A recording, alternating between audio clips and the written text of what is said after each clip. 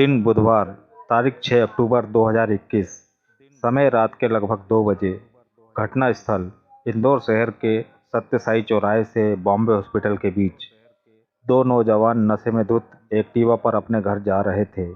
तभी अचानक पीछे से 3 बाइक सवारों ने उन्हें ओवरटेक किया। उन तीनों में एक लड़की भी थी। उस लड़की ने दोनों को कुछ इशारा किया तो इन्होंने अपनी गाड़ी रोक दी। फिर कुछ देर तक इन लोगों में कुछ बातचीत होती रही और वह बातचीत हाथापाई में बदल गई।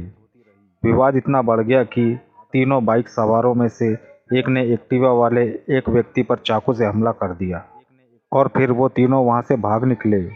दोनों एक्टिवा सवार बहुत नशे में थे। इनमें से जिस पर चाकू से हमला हुआ था उसका नाम देवांशु मिश्रा था, जो इंदौर में एक रियल एस्टेट कंपनी में सीनियर सेल्स डायरेक्टर के पद पर था। यह रीवा का रहने वाला था और दूसरे शख्स का नाम है सतीश। यह दोनों आपस में दोस्त हैं। दोनों दोस्त अपने अन्य दोस्तों के साथ पार्टी करके अपने किराए के मकान महालक्ष्मी MR3 एरिया में जा रहे थे। तभी इन पर यह हमला हुआ। सतीश ने जैसे तैसे अपने घायल दोस्त देवांशु को उठाया और गाड़ी पे बैठाकर ले गया। घर पहुंचकर उसने देवांशु को उसके कमरे में सुलाया और खुद अपने कमरे में जाकर सो गया। दूसरे दिन जब सतीश की आंखें खुलती है तो उसे रात की घटना के बारे में याद नहीं रहता है, क्योंकि वह रात बहुत नशे में था। लेकिन जब वह देवांशु के कमरे में जाता है तो उसकी आंखें फटी की फटी रह जाती है। जब वह देखता है कि देवांशु अचेत अवस्था में बिस्तर पर पड़ा होता है और उसके शरीर में से बहा हुआ खून आसपास फैला होता है। देवांशु की मौत हो चुकी होती है। मामला जब पुलिस तक पहुंचता है, पुलिस को पहला शक सतीश पर ही जाता है। उसे हिरासत में लेकर पूछताछ की जाती है।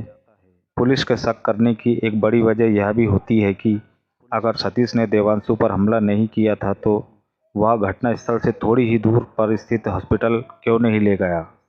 पुलिस सतीश से सख्ती से पूछताछ करती रही, लेकिन सतीश अपने बयान पर अड़ा रहा। तब पुलिस सतीश के बयान के आधार पर उन बाइक सवारों की तलाश में लग गई जिसमें पीछे कोई लड़की सवार हो।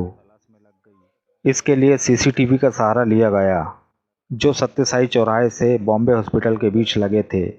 सैकड़ों गाड़ियां देखने के बाद गुरुवार देर रात पुलिस को सफलता मिल गई। वह बाइक CCTV कैमरे में कैद हो चुकी थी, जिसमें पीछे एक लड़की बैठी हुई थी। वे देवांशु और सतीश का पीछा करते हुए नजर आ रहे थे। अब पुलिस इनकी तलाश में जुट गई। इसी बीच पुलिस को एक वीडियो क्लिप मिल गई जो घटना स्थल पर हुई वारदात की थी, जो किसी राह चलते हुए अज्ञात व्यक्ति ने अपने फ़ोन में रिकॉर्ड कर ली थी। गौर से उस क्लिप को देखा गया तो उसमें किसी जोया का नाम सामने आया। एक आरोपी बार बार यह कह रहा था, चल जोया चल। तब पुलिस ने लगभग 200 जोया नाम की संदिग्ध लड़कियों का रिकॉर्ड खंगाला। इन्हीं में से जो अधिक संदिग्ध लड़कियां थीं उनसे थाने बुलाकर पूछताछ की गई। फिर खुलासा हुआ जोया नामक एक किन्नर का, जो आज़ाद नगर में रहता था और आपराधिक कृत्यों में लिप्त था। जब उसे थाने बुलाया गया तब उसने अपना गुनाह कबूल किया और अपने 2 अपराधी दोस्तों के बारे में भी बताया। इनमें एक का नाम अल्लू उर्फ शाहरुख था और दूसरे का नाम आलिम। आरोपियों ने बताया, ड्रग्स लेने के बाद उनके पास खाना खाने के लिए पैसा नहीं था, तो उन्होंने लूट करने की प्लानिंग बनाई कि चलो किसी का फ़ोन छीनकर ही खाने का बंदोबस्त करते हैं।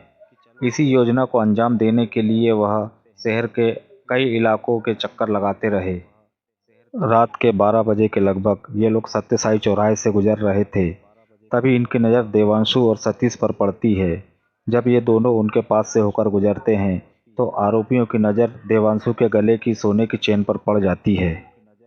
तब आरोपियों की योजना केवल चेन झपटकर भागने की होती है। वे उनका पीछा करते हुए अपनी गाड़ी उनके पास लाते हैं। फिर गाड़ी के पीछे बैठी किन्नर जोया सतीश को आंख मारती है।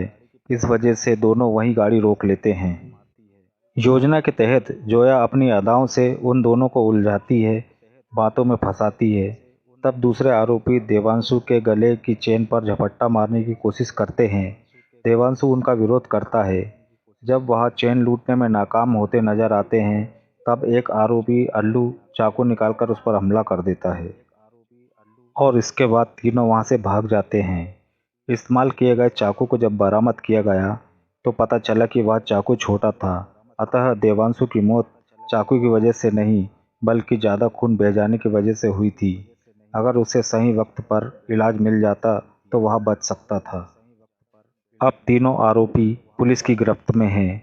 जोया किन्नर नहीं, एक अफजल नाम का लड़का हुआ करता था जो अकोला महाराष्ट्र का रहने वाला था।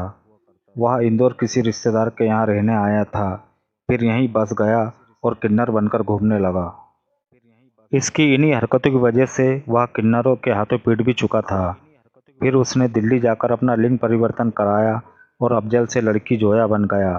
बाद में उसने आज़ाद नगर के एक नामी बदमाश शाहिद नाइट्रा से शादी कर ली। अंत में दोस्तों, हमारा मकसद आपका मनोरंजन करना नहीं, आपको जुर्म के प्रति जागरूक करने का है। अगर आपको हमारा ये प्रयास पसंद है तो हमें लाइक और सब्सक्राइब करें और कमेंट में अपनी अमूल्य राय ज़रूर दें।